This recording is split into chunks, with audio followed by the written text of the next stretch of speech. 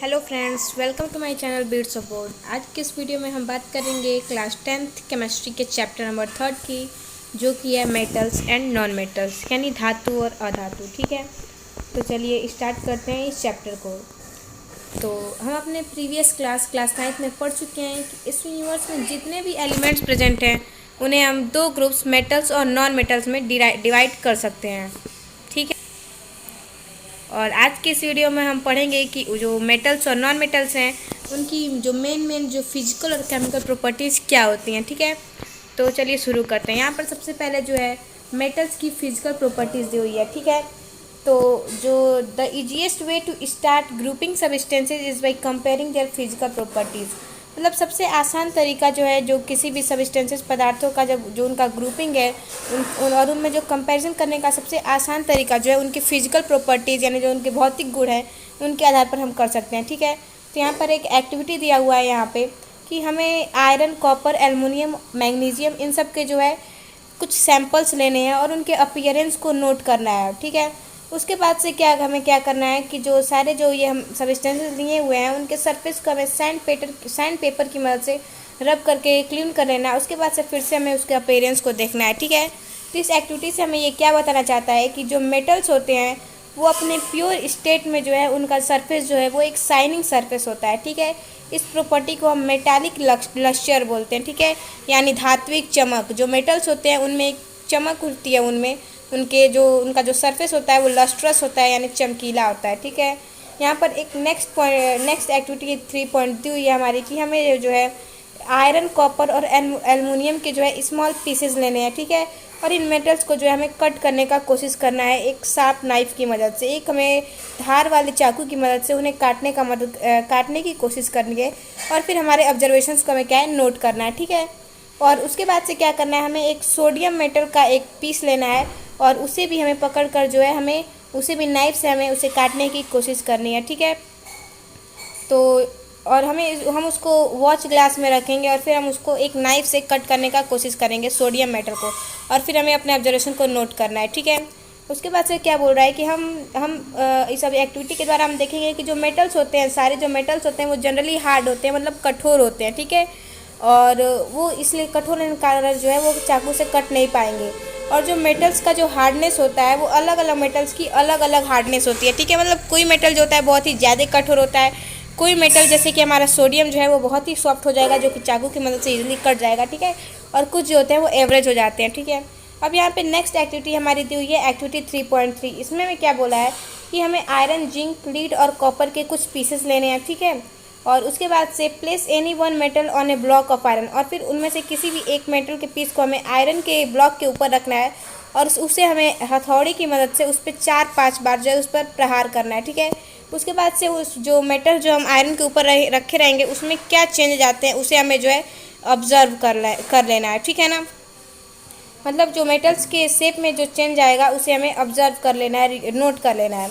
उसके बाद से क्या बोल रहा है कि हम पाएंगे कि जो कुछ मेटल्स हैं वो जो है वो पतली चादर के रूप में जो है वो उनका शेप जो है वो कन्वर्ट हो जाता है उन्हें हथौड़े से पीटने पर। ठीक है, तो इस प्रॉपर्टी को जो है हम मेलिबिलिटी प्रॉपर्टी बोलते हैं, जो कि मेटल्स की बहुत ही इंपॉर्टेंट प्रॉपर्टी है।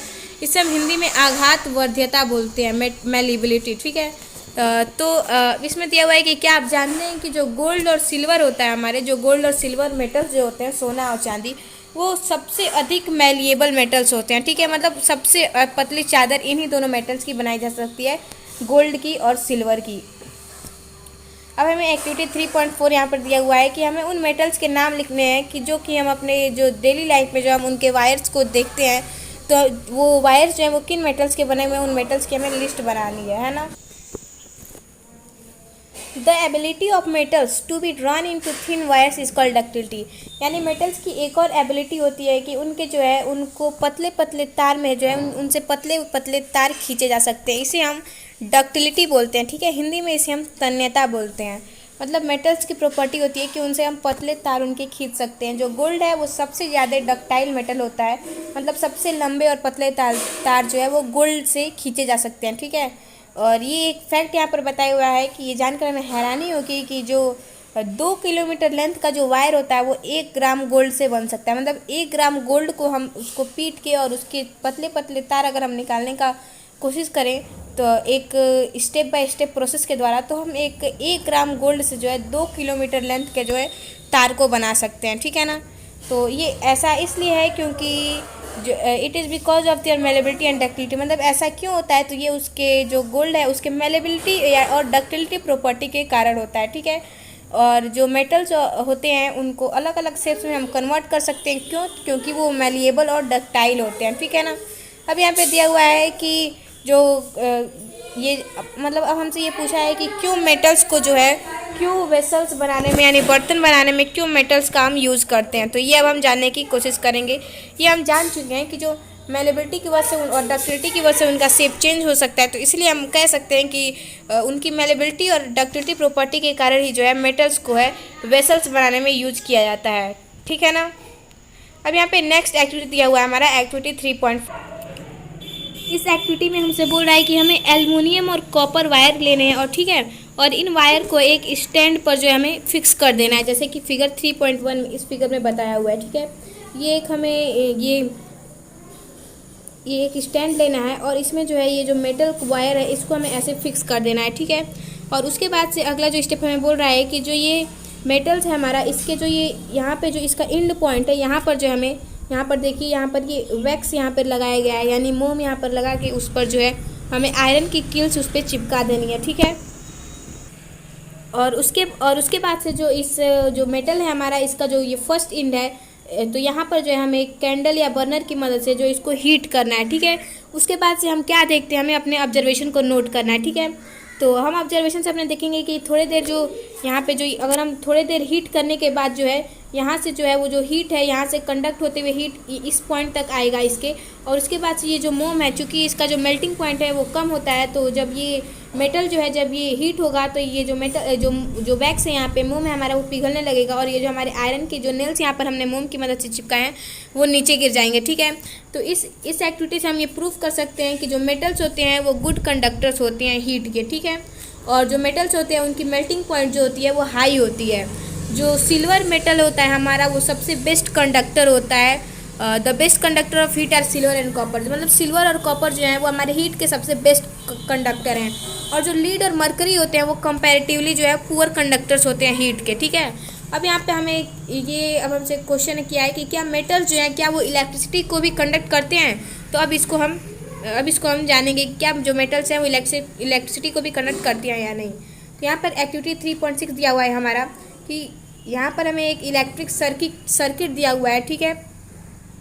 और उसके बाद से हमें क्या बोला है कि हमें जैसे कि मतलब फिगर 3.2 में जैसे कि इलेक्ट्रिक सर्किट तैयार किया गया है, वैसे ही हमें एक सर्किट तैयार करना है यहाँ पर बैटरी लगा के, और बैटरी के दोनों टर्मिनल से वायर जोड़ के हमें यहाँ पर जो है क्लिप्स लगाने हैं। क्लिप्स की मदद से यहाँ पे जो है एक खाली स्पेस छोड़ना है और यहाँ पर जो है बल्ब लगा हुआ है और यहाँ पर स्विच, ठीक है। तो और हमें जो है टर्मिनल ए और बी यहाँ पर गैप छोड़ना है, ठीक है। और उसके बाद से हमें अलग अलग मेटल्स के सैंपल यहाँ पर रख कर जो है ये स्विच ऑन करके देखना है कि वो बल्ब जल रहा है या नहीं जल रहा है। तो हम क्या देखेंगे कि जब कोई मेटल्स यहाँ पे होगा तो ये बल्ब जो है वो जलने लगेगा, और जबकि जब हम कोई प्लास्टिक या कोई अदर इंसुलेटर सबस्टेंस रखेंगे तो ये बल्ब नहीं जलेगा, क्योंकि यहाँ पर अगर कोई इंसुलेटर आ जाएगा तो इलेक्ट्रिसिटी को कंडक्ट नहीं होने देगा। लेकिन यहाँ पर जब हम मेटल्स के सैंपल रखेंगे तो जो ये लाइट जो है वो जलने लगेगा। तो इससे हम कह सकते हैं कि जो मेटल्स होते हैं हमारे वो इलेक्ट्रिसिटी के जो है गुड कंडक्टर्स होते हैं। वही यहाँ पर ये प्रूव किया है, metals are good conductors of electricity, ठीक है। तो यहाँ पर दिया हुआ है कि आपने देखा होगा कि जो वायर्स होते हैं उन पे जो है पीवीसी की लेयर चढ़ी होती है। पीवीसी का फुल फॉर्म यहाँ पे दिया हुआ है पॉलीविनाइल क्लोराइड, ठीक है ना। ये जो एक रबर लाइक मटेरियल होता है जो कि वायर्स के ऊपर जो मेटालिक वायर्स होते हैं उनके ऊपर चढ़ा होता है, क्योंकि जो पीवीसी होता है वो हमारा इंसुलेटर्स होता है, ठीक है। और जो मेटल्स होते हैं यहाँ पर मेटल्स की नेक्स्ट फिजिकल प्रॉपर्टी दिया हुआ है कि जो मेटल्स होते हैं वो किसी हार्ड सरफेस से जब टकराते हैं तो उनसे जो है एक विशिष्ट प्रकार की जो एक ध्वनि उनसे उत्पन्न होती है। तो इससे हम कह सकते हैं कि जो मेटल्स होते हैं वो सोनरस होते हैं, यानी वे ध्वनिक होते हैं। मतलब वो जो है जो दो मेटल्स अगर टकराते हैं तो उनसे एक स्पेसिफिक काइंड का जो साउंड प्रोड्यूस होता है। इस प्रॉपर्टी को जो है हम सोनोरिटी बोलते हैं, और हम बोलते हैं कि जो मेटल्स हैं वो सोनोरस हैं, ठीक है। अब यहाँ पे नेक्स्ट जो टॉपिक दिया हुआ हमारा वो है नॉन मेटल्स, ठीक है। तो अब हम अपने प्रीवियस क्लास में पढ़ चुके हैं कि जो मेटल्स होते हैं उनसे बहुत ही कम मात्रा में जो है नॉन मेटल्स प्रेजेंट होते हैं, मतलब कुछ नॉन मेटल्स ही जो है इस यूनिवर्स में प्रेजेंट है, ठीक है। तो नॉन मेटल्स के यहाँ पर कुछ एग्जांपल्स दिए हुए हैं कि जैसे कार्बन हो गया हमारा, sulphur, iodine, oxygen, hydrogen etcetera, ये सब जो हमारे नॉन मेटल्स के एग्जाम्पल्स हैं। जो नॉन मेटल्स होते हैं वो या तो सॉलिड्स होते हैं या गैसेज होते हैं, मतलब या तो वो सॉलिड स्टेट में या गैसियस स्टेट में हमारे नेचर में प्रेजेंट होते हैं। लेकिन ब्रोमीन एक ऐसा नॉन मेटल है जो कि लिक्विड स्टेट में प्रेजेंट होता है, ठीक है। ये मेमोरेबल फैक्ट है, यहाँ पे ये हमें लर्न करना चाहिए कि ऐसा नॉन मेटल जो कि लिक्विड स्टेट में प्रेजेंट होता है, तो हम कह सकते हैं कि ब्रोमीन जो नॉन मेटल है हमारा एक ऐसा नॉन मेटल है जो लिक्विड नेचर में जो है, लिक्विड स्टेट में जो है हमारे नेचर में प्रेजेंट होता है, ठीक है। अब यहाँ पे अगली एक्टिविटी यहाँ पर हमें दी हुई है, एक्टिविटी 3.7 कि हमें कार्बन के, यानी कार्बन अलग अलग रूप में प्रेजेंट होता है, जैसे कि कोल हो गया हमारा, ग्रेफाइट हो गया, यानी जो हमारे पेंसिल में जो लीड होता है उसका वो ग्रेफाइट का बना होता है, ठीक है। तो हमें कार्बन के, सल्फर और आयोडीन के जो है सैंपल्स कलेक्ट करने हैं। और एक्टिविटी 3.1, 3.4, 3.6 जो है इन हमें नॉन मेटल्स के साथ जो है वो करना है, मतलब ऊपर जो अभी हमने एक्टिविटीज़ पढ़ी उन सारे एक्टिविटीज़ को हमें नॉन मेटल्स के सैंपल्स के साथ करना है और अपने ऑब्जर्वेशंस को रिकॉर्ड करना है, ठीक है। मतलब जो उसकी हार्डनेस, उसकी मेलेबिलिटी, डक्टिलिटी और इलेक्ट्रिसिटी की कंडक्टिविटी और सोनेरिटी को चेक करने के लिए मेटल्स के साथ हमने जो एक्टिविटी की वो हमें अब नॉन मेटल्स के साथ करके देखना है और उसके आधार पर हमें देखना है कि हमें क्या ऑब्जर्वेशंस मिलते हैं, ठीक है ना। तो जो हमें ऑब्जर्वेशंस मिलेंगे उसके आधार पर हम कह सकते हैं कि जो नॉन मेटल्स होते हैं उनकी प्रॉपर्टी जो है वो जो मेटल्स के जो है बिल्कुल अपोजिट होती है, ठीक है ना। तो यहाँ पर दिया हुआ है कि we can not group elements according to their physical properties alone, मतलब हम किसी भी जो एलिमेंट्स हैं उनको उनकी फिजिकल प्रॉपर्टीज़ के आधार पर उन्हें क्लासिफाई नहीं कर सकते, क्योंकि बहुत सारे एक्सेप्शंस जो हैं वो प्रेजेंट हैं, ठीक है।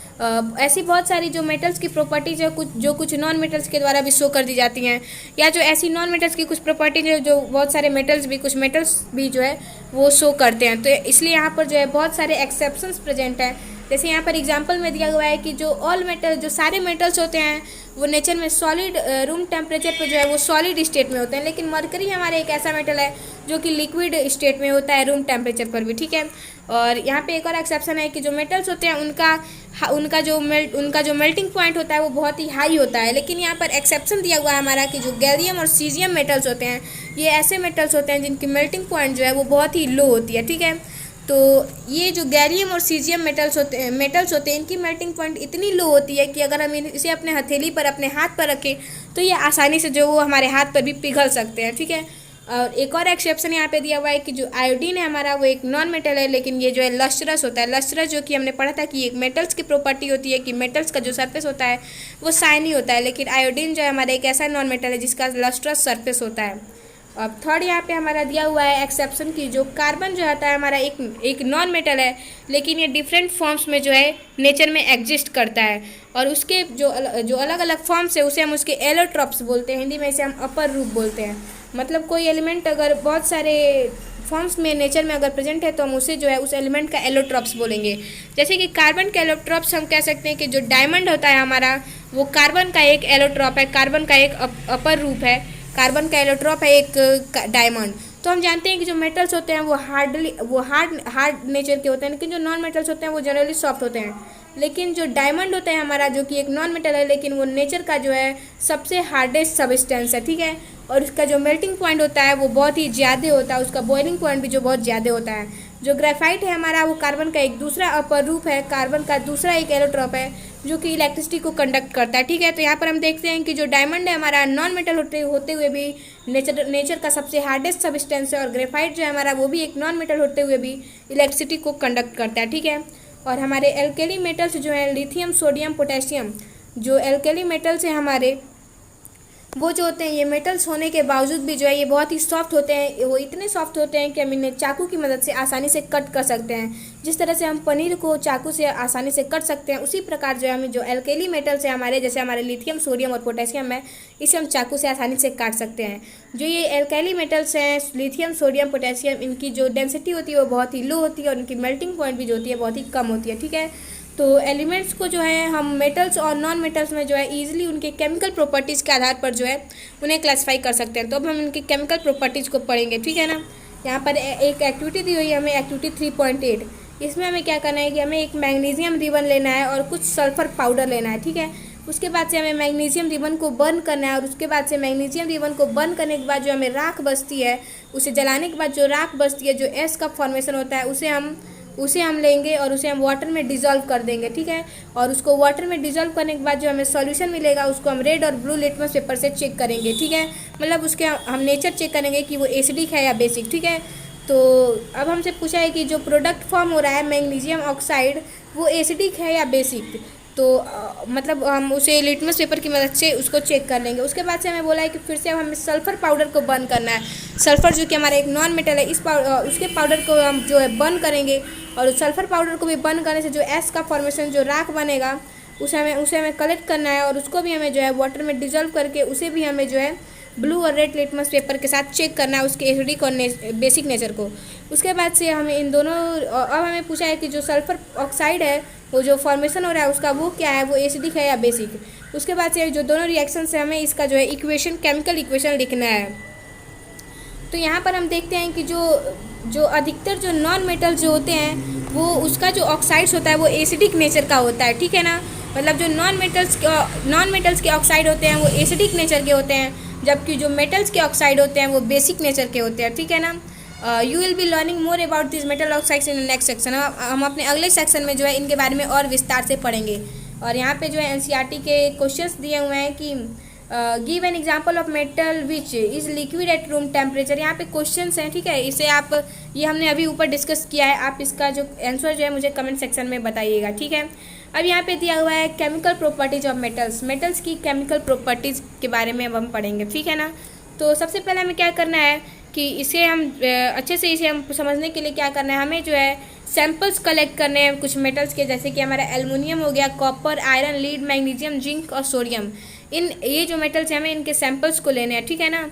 और उसके बाद से हमें क्या करना है, what happens when metals are burn in air. मतलब जब इन मेटल्स को हम जब एयर में बर्न करते हैं तो क्या होता है, ठीक है।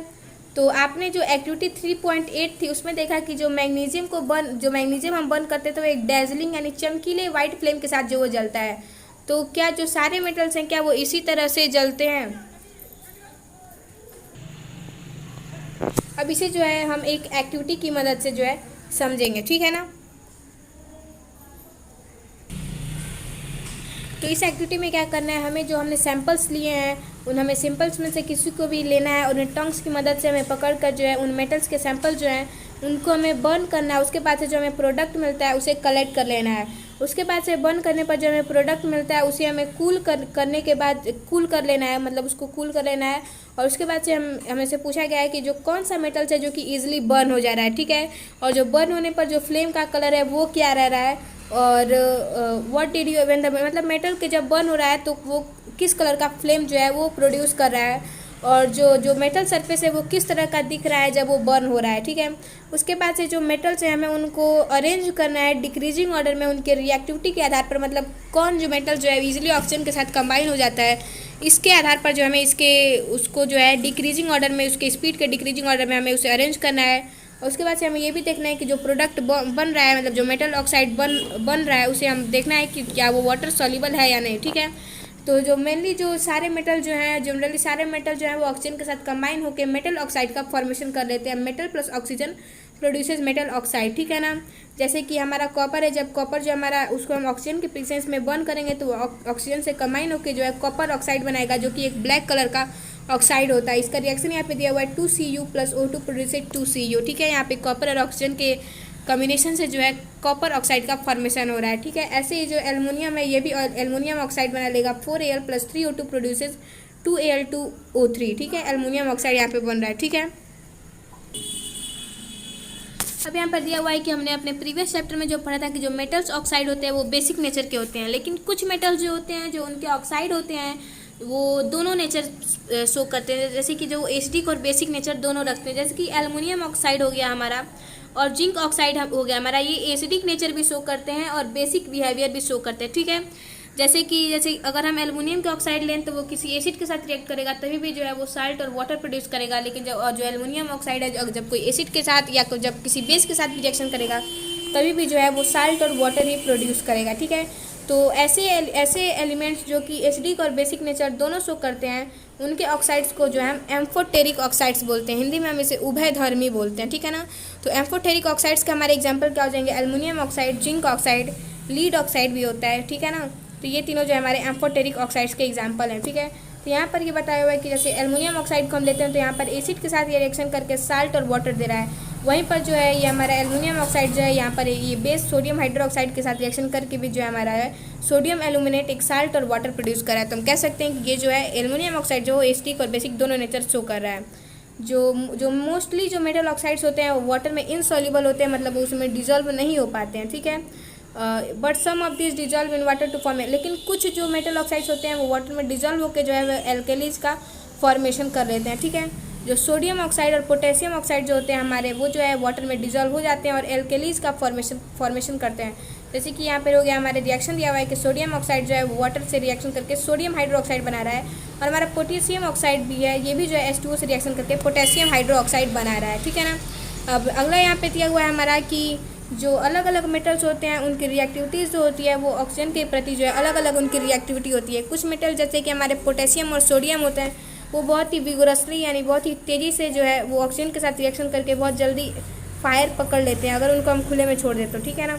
तो इसीलिए जो है hence to protect them and to prevent accidental fire they are kept immersed in kerosene oil, मतलब वो जो है इतने रिएक्टिव होते हैं एल्कली मेटल जैसे कि हमारा सोडियम हो गया, पोटेशियम हो गया, कि अगर हम उनको एटमॉस्फेयर में ओपनली छोड़ दें तो वो बहुत ही तेज़ी से उसमें फायर पकड़ लेता है, उसमें आग पकड़ लेता है। इसीलिए जो हम उन्हें केरोसिन के ऑयल में जो उन्हें हम डुबो कर रखते हैं, ठीक है। जो एट ऑर्डिनरी टेम्परेचर पे जो है जो मेटल जैसे कि मैग्नीशियम और एल्युमिनियम, जिंक, लीड और इसके जो सरफेस होते हैं वो ऑक्साइड के थिन लेयर से जो है वो कवर हो जाते हैं, ठीक है। The protective oxide layer prevent the metal from further oxidation. तो इसलिए जो ये जो ये ऑक्साइड का लेयर होता है वो मेटल्स के और भी अधिक ऑक्सीडेशन से जो है उसे प्रिवेंट करता है और उसको बचाता है, ठीक है। जो हमारे आयरन के जो हमारे आयरन यहाँ पे दिया हुआ है कि iron feelings burn vigorously when sprinkled in the flame of the burner, मतलब अगर हम किसी बर्नर के फ्लेम पर अगर हम आयरन का जो पार्टिकल्स होते हैं मतलब आयरन के पाउडरी सबस्टेंसेस को उसके आयरन के फीलिंग्स को उस पर अगर हम डालते हैं तो वो भी जो होता है वो बर्न हो जाता है बहुत ईजिली, जबकि जो कॉपर होता है वो ईजिली बर्न नहीं होता है, ठीक है ना। जो कॉपर होता है हमारा वो ईजिली बर्न नहीं हो पाता है, लेकिन जो हॉट मेटल्स होते हैं उनका जो सरफेस होता है वो कॉपर ऑक्साइड की लेयर से जो है वो कोटेड होता है, मतलब उस पर कॉपर ऑक्साइड की लेयर जो है वो चढ़ी होती है, ठीक है। और सिल्वर और ऑक्सीजन जो होते हैं हमारा वो ऑक्सीजन के साथ हाई टेम्परेचर पर भी रिएक्शन नहीं कर पाते, मतलब उनका संचारण जो है ईजिली नहीं होता है, ठीक है। यहाँ पर एक फैक्ट बताया हुआ हमारा कि do you know anodising is a process of forming a thick oxide layer of aluminium, मतलब एनोडाइजिंग एक वह प्रक्रिया है जिसमें जो है एल्युमिनियम की एक मोटी जो है ऑक्साइड लेयर की जो फॉर्मेशन की जो प्रक्रिया उसे हम एनोडाइजिंग बोलते हैं, ठीक है ना। तो जो एल्युमिनियम होता है वो अपने ऊपर जो है एक थीन ऑक्साइड लेयर, अपने ऊपर जो एक पतला ऑक्साइड का लेयर चढ़ा लेता है, जिससे कि जो है एल्युमिनियम के जो मेटल्स होते हैं वो कोरोजन के प्रति जो उनका रेसिस्टेंट हो जाते हैं, मतलब उन्हें फर्दर कोरोजन और भी अधिक कोरोजन नहीं हो पाता है, ठीक है ना। तो एनोडाइजिंग के दौरान जो है जो क्लीन जो साफ जो एल्युमिनियम के आर्टिकल्स होते हैं उनमें जो है उनका इलेक्ट्रोलाइसिस करके जो है उस during anodizing a clean aluminium article is made the anode and is electrized with dilute sulphuric acid, मतलब उनका एनोडाइजेशन जो है वो डिल्यूट सल्फ्यूरिक एसिड के द्वारा कर दिया जाता है। उसके बाद से जो है ना the oxygen gas evolve at the anode, जो एनोड होता है उस पर ऑक्सीजन गैस का इवोल्यूशन होता है, जो कि जो एल्युमिनियम के साथ हमारे रिएक्शन करके उस पर एक थीकर जो प्रोटेक्टिव ऑक्साइड का लेयर बना लेता है, जिससे जो है एल्युमिनियम का है कोरोजन नहीं हो पाता है। और ये जो ऑक्साइड लेयर है this oxide layer can be dyed easily to give aluminium articles an attractive finish, मतलब जो एनोडाइजेशन से जो एल्युमिनियम पर ऑक्साइड की लेयर चढ़ाई जाती है उसे ईजिली जो है हम क्लीन करके उसको चमकीला बना सकते हैं एल्युमिनियम के आर्टिकल को, ठीक है ना। अब यहाँ पे दिया हुआ है कि जो सोडियम जो है हमारा मतलब जो हमने सैंपल्स लिया था उसमें जो सोडियम जो है हमारा वो सबसे रिएक्टिव मेटल था, ठीक है। अब यहाँ पे दिया हुआ है कि what happens when metals react with water, मतलब मेटल जब वाटर से रिएक्ट करते हैं तो क्या होता है। तो हमें क्या करना है, हमें put some small pieces of samples, मतलब हमें जो सैंपल्स हैं हमारे जो मेटल्स के सैंपल्स हमने लिए थे उनके कुछ स्मॉल पीसेज लेने हैं और उन्हें जो है हमें एक बेकर्स में मतलब हमें कुछ बेकर्स लेने हैं और उसमें कोल्ड वाटर से उन्हें आधा फिल करना है और उसमें जो हमें सैंपल्स जो मेटल्स लिए हमने उसके स्मॉल पीसेज को डालना है, ठीक है ना। उसके बाद से हम देखेंगे कि क्या कोई मेटल जो ऐसा भी मेटल जो प्रेजेंट है उस सैंपल में जो कि वाटर के साथ जो है वो फायर प्रोड्यूस कर रहा है, या कोई ऐसा मेटल है जो कि वाटर के सरफेस जो है वो फ्लोट कर रहा है, मतलब वो तैर रहा है, ठीक है ना। फिर यहाँ पे दिया हुआ है put the metals that did not react with cold water in beakers half filled with hot water. मतलब अब वो मेटल जो कि कोल्ड वाटर के साथ फायर प्रोड्यूस नहीं करेंगे उसे हम हॉट वाटर में यानी गर्म पानी में रखेंगे, ठीक है ना। उसके बाद से अगर उसमें भी वो रिएक्शन नहीं करता है तो हम उन मेटल्स को जो है स्टीम के साथ यानी भाप के साथ उसके रिएक्शन करवाने की कोशिश करेंगे। अब हमसे जो फाइनली क्वेश्चन पूछा है कि क्या ऐसे भी कोई मेटल्स हैं जो कि स्टीम के साथ भी रिएक्शन नहीं कर रहे हैं, उन मेटल्स को हमें बताना है। उसके बाद से हमें जो मेटल्स हैं उनके वाटर के रिएक्टिविटी के आधार पर उन्हें हमें डिक्रीजिंग ऑर्डर में जो है उन्हें अरेंज करना है। यहाँ पर मेटल को हम स्टीम के साथ उसका रिएक्शन कैसे करवाएंगे, यहाँ पर ये एक्सपेरिमेंट के थ्रू बताया हुआ है। ये इस डायग्राम की मदद से हम इजीली समझ सकते हैं, ठीक है। यहाँ पर ये स्टैंड है हमारा, इसमें एक बीकर को यहाँ पे फिक्स किया हुआ है, जहाँ पर ये जो यहाँ पे ग्लास वूल जो है, मतलब यहाँ पर हम कॉटन को भी यूज़ कर सकते हैं जो कि वाटर को अपने अंदर वाटर सोक्ड हो, मतलब वो वाटर से भींगा हुआ हो, और फिर हम इसको हीट करेंगे तो जो कॉटन होगा इसमें जो वाटर वेपोराइज होकर जो है यहाँ पर मेटल सरफेस है इसके साथ रिएक्शन करेगा, और इसके बाद से जो गैस फॉर्म होगा वो इस ट्यूब की मदद से यहाँ से आके इस वाटर में जो है आएगा और यहाँ पर जो है वो स्टोर हो जाएगा। तो हम देखते हैं कि यहाँ पर जो है हाइड्रोजन गैस का फॉर्मेशन हो रहा है, और फिर हाइड्रोजन और ये जो स्टीम है हमारा स्टैंड की मदद से इस बीकर को हमें ये फिक्स करना है, और यहाँ पर जो है हम देखेंगे कि हाइड्रोजन गैस जो है हमारा स्टोर हो जाएगा, ठीक है। तो इस एक्टिविटी की मदद से हम जो है मेटल्स का जो है स्टीम के साथ रिएक्शन करवा सकते हैं, है ना। तो यहाँ पर हम देखते हैं कि जो मेटल्स है हमारे वाटर के साथ रिएक्शन करके जो मेटल ऑक्साइड देते हैं और हाइड्रोजन गैस को प्रोड्यूस करते हैं, ठीक है। जो मेटल ऑक्साइड्स होते हैं वो वाटर में सॉल्यूबल होते हैं, और अगर उन्हें और भी हम वाटर में डिजोल्व करें तो वो मेटल हाइड्रोक्साइड का फॉर्मेशन कर लेते हैं, ठीक है ना। लेकिन जो सारे मेटल्स होते हैं वो वाटर के साथ रिएक्शन नहीं करते। जो मोस्ट रिएक्टिव मेटल्स होते हैं जैसे कि हमारे एल्कली मेटल्स हो गए, वही जो है वाटर के साथ रिएक्शन कर पाते हैं। यहाँ पर दिया हुआ हमारा कि जो मेटल है वाटर के साथ रिएक्शन करके मेटल ऑक्साइड और हाइड्रोजन गैस को बना रहा है, और फिर हम फर्दर जो है मेटल ऑक्साइड को अगर वाटर के साथ रिएक्शन करवाएंगे तो हमें मेटल हाइड्रो ऑक्साइड मिलेगा प्रोडक्ट के रूप में, ठीक है ना। कुछ मेटल जैसे कि हमारा पोटेशियम होगा और सोडियम हो गया, वो कोल्ड वाटर के साथ भी बहुत ही तेज़ी से रिएक्शन करके जो है फायर प्रोड्यूस करते हैं, और ये बहुत ही एक्सोथर्मिक होता है, मतलब बहुत ही ज़्यादा मात्रा में हीट प्रोड्यूस करता है, और हाइड्रोजन गैस का भी इवोल्यूशन करता है जो कि बहुत ही इमीडिएटली जो है फायर को कैच कर लेता है। इसका रिएक्शन यहाँ पे दिया हुआ है हमारा कि जो हमारा पोटेशियम जो है वो यहाँ पर वाटर के साथ रिएक्शन करके पोटेशियम हाइड्रोक्साइड का फॉर्मेशन कर रहा है और हाइड्रोजन गैस को भी रिलीज़ कर रहा है, और यहाँ पे जो है हीट एनर्जी भी रिलीज़ हो रही है। वही सेम रिएक्शन जो है यहाँ पर सोडियम मेटल्स के साथ भी हो रही है, ठीक है ना। अब यहाँ पे दिया हमारा कि the reaction of calcium with water is less violent, मतलब कैल्शियम का वाटर के साथ रिएक्शन जो है वो थोड़ा कम वायलेंट होता है, और इससे जो हीट इवॉल्व होता है वो इतना सफिशिएंट नहीं होता कि वो हाइड्रोजन में जो है वो फायर लगा सके, ठीक है। तो यहाँ इसका रिएक्शन हमारा दिया हुआ यहाँ पे calcium plus water produces CaOH2 plus H2, मतलब कैल्शियम का वाटर के साथ यहाँ पर रिएक्शन उसका दिया हुआ है, ठीक है ना। तो हम देखते हैं कि जो कैल्शियम होता है वो पानी के सरफेस जो है वो फ्लोट करने लगता है, तैरने लगता है, क्योंकि जो calcium starts floating because the bubbles of hydrogen gas formed stick to the surface of the metal. मतलब कैल्शियम जब वाटर के साथ रिएक्शन करता है तो उससे हाइड्रोजन गैस रिलीज होता है, और उस हाइड्रोजन के जो बबल्स होते हैं वो मेटल के सरफेस पर आके स्टिक हो जाते हैं, चिपक जाते हैं, जिससे कि जो हमारा कैल्शियम सरफेस है, कैल्शियम जो है वो वाटर के सरफेस पर जो है फ्लोट करने लगता है। जो मैग्नीशियम है हमारा वो कोल्ड वाटर के साथ रिएक्शन नहीं कर पाता है, जबकि जो मैग्नीशियम है हमारा ये हॉट वाटर के साथ रिएक्शन कर सकता है, ठीक है ना। और हॉट वाटर के साथ रिएक्शन करके ये मैग्नीशियम हाइड्रोक्साइड का फॉर्मेशन कर लेता है। जो मैग्नीशियम ऑक्साइड होता है ये भी हाइड्रोजन गैस के बबल्स के फॉर्मेशन के कारण जो है ये जो है पानी की सरफेस पर जो है फ्लोट करने लगता है। और कुछ मेटल जैसे कि हमारा एल्युमिनियम हो गया, आयरन हो गया और जिंक हो गया, ये ना ही कोल्ड वाटर से रिएक्शन करते हैं ना ही हॉट वाटर से रिएक्शन करते हैं, बट ये मेटल जो है हमारे एल्युमिनियम, आयरन और जिंक ये स्टीम से रिएक्शन करके जो है मेटल ऑक्साइड और हाइड्रोजन गैस को इवॉल्व करते हैं। इसका भी रिएक्शन यहाँ पर दिया हुआ है कि एल्युमिनियम जो है वाटर के साथ रिएक्शन करके यहाँ पे एल्युमिनियम ऑक्साइड और हाइड्रोजन गैस दे रहा है, और आयरन भी जो है हमारा वाटर के साथ रिएक्शन करके आयरन ऑक्साइड Fe3O4 और हाइड्रोजन गैस रिलीज कर रहा है। और कुछ मेटल जैसे कि लीड, कॉपर, सिल्वर और गोल्ड हो गया, ये वाटर के साथ रिएक्शन नहीं करते ही नहीं है, ठीक है। अब यहाँ पर नेक्स्ट जो टॉपिक दिया हमारा what happens when metals react with acids, मतलब मेटल जो हमारे वो एसिड के साथ रिएक्शन करते हैं तो क्या होता है। अब हम पहले ही पढ़ चुके हैं कि जो मेटल जो होते हैं वो मेटल जो होते हैं वो एसिड के साथ रिएक्शन करके जो साल्ट प्रोड्यूस करते हैं और हाइड्रोजन गैस इवॉल्व करते हैं। यहाँ पर इसका रिएक्शन दिया हुआ है कि metal plus dilute acid produces salt plus hydrogen, ठीक है। तो अब यहाँ पर दिया हुआ है कि क्या सारे मेटल जो है इसी तरीके से जो है रिएक्शन करते हैं, अब हम इसको जानेंगे, ठीक है। तो यहाँ पर एक एक्टिविटी दी हुई है, एक्टिविटी 3.11। तो इसमें हमें मेटल्स के कुछ सैंपल लेने हैं, सोडियम और पोटेशियम मेटल को छोड़कर कुछ मेटल्स के सैंपल्स लेने हैं, और उसके बाद से हमें इस मेटल जो हम के सैंपल जो लेंगे उन्हें एक सैंड पेपर की मदद से क्लीन कर लेना है, रब करके। और उसके बाद से जो है हमें क्या करना है कि जो ये मेटल्स के सैंपल्स हैं उन्हें हमें अलग अलग टेस्ट ट्यूब्स में हाइड्रोक्लोरिक एसिड लेके उसमें इन सैंपल्स को डालना है, ठीक है।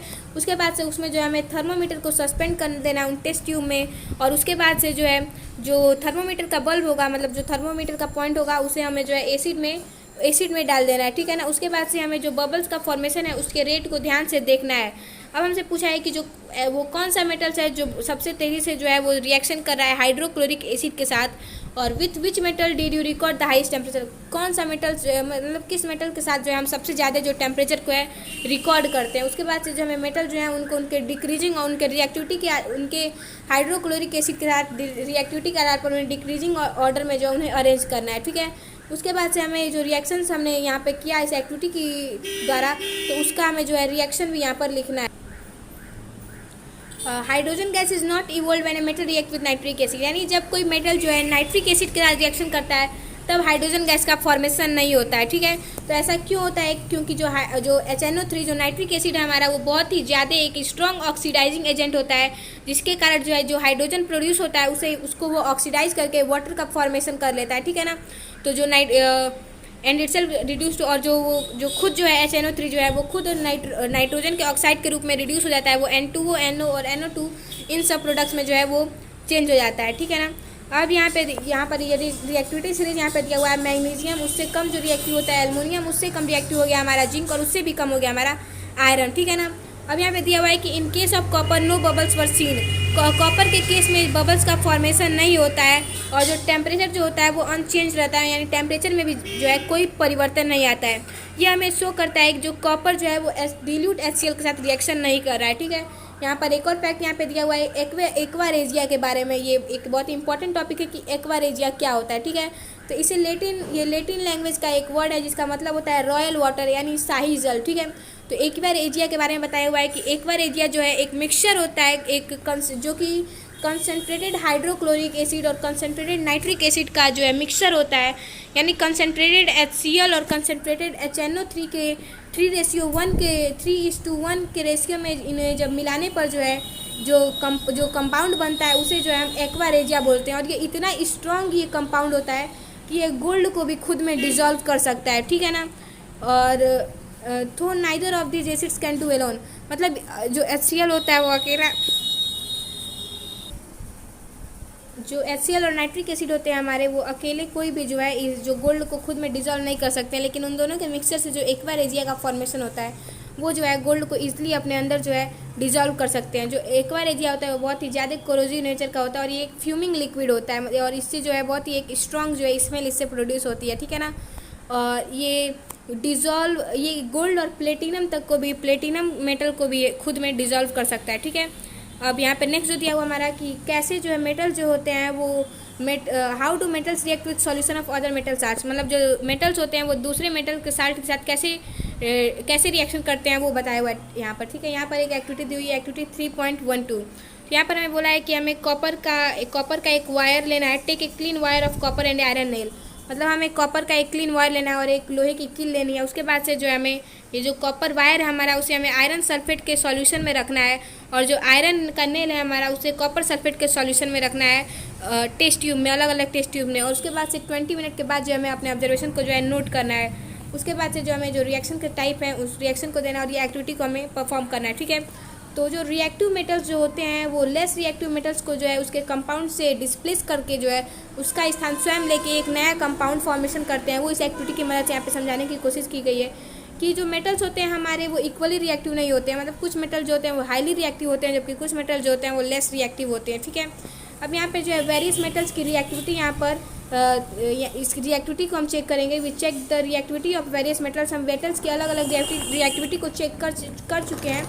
ऑक्सीजन वाटर, मतलब उसकी जो वाटर के साथ, ऑक्सीजन के साथ और एसिड्स के साथ किस रेट से वो रिएक्शन कर रहा है, इसके आधार पर हमने जो है मेटल्स को जो है अरेंज किया है। ठीक है, जो अब जो यहाँ पर बताया हुआ है कि जो displacement reaction studied in chapter 1 gives better evidence about the reactivity of metals, यानी डिस्प्लेसमेंट रिएक्शन के बारे में हमने विस्तार से चैप्टर 1 में इसके बारे में चर्चा की थी कि डिस्प्लेसमेंट रिएक्शन क्या होता है। ठीक है ना, वो आपको पता होगा कि अगर कोई मेटल ए जो है, अगर वो मेटल बी को उसके सॉल्यूशन से डिस्प्लेस कर लेता है, इसका मतलब ये हुआ कि जो मेटल ए हमारा वो मेटल बी से जो है ज़्यादा रिएक्टिव है। ठीक है, अब यहाँ पर दिया हुआ है reaction of metals with salt solution, यहाँ पर ये डायग्राम हमारे यहाँ पर दिया हुआ है। ठीक है ना, कि यहाँ पर जो है हमारे कॉपर सल्फेट के सॉल्यूशन में आयरन की मेल है और ये हमारे आयरन सल्फेट के सॉल्यूशन में कॉपर।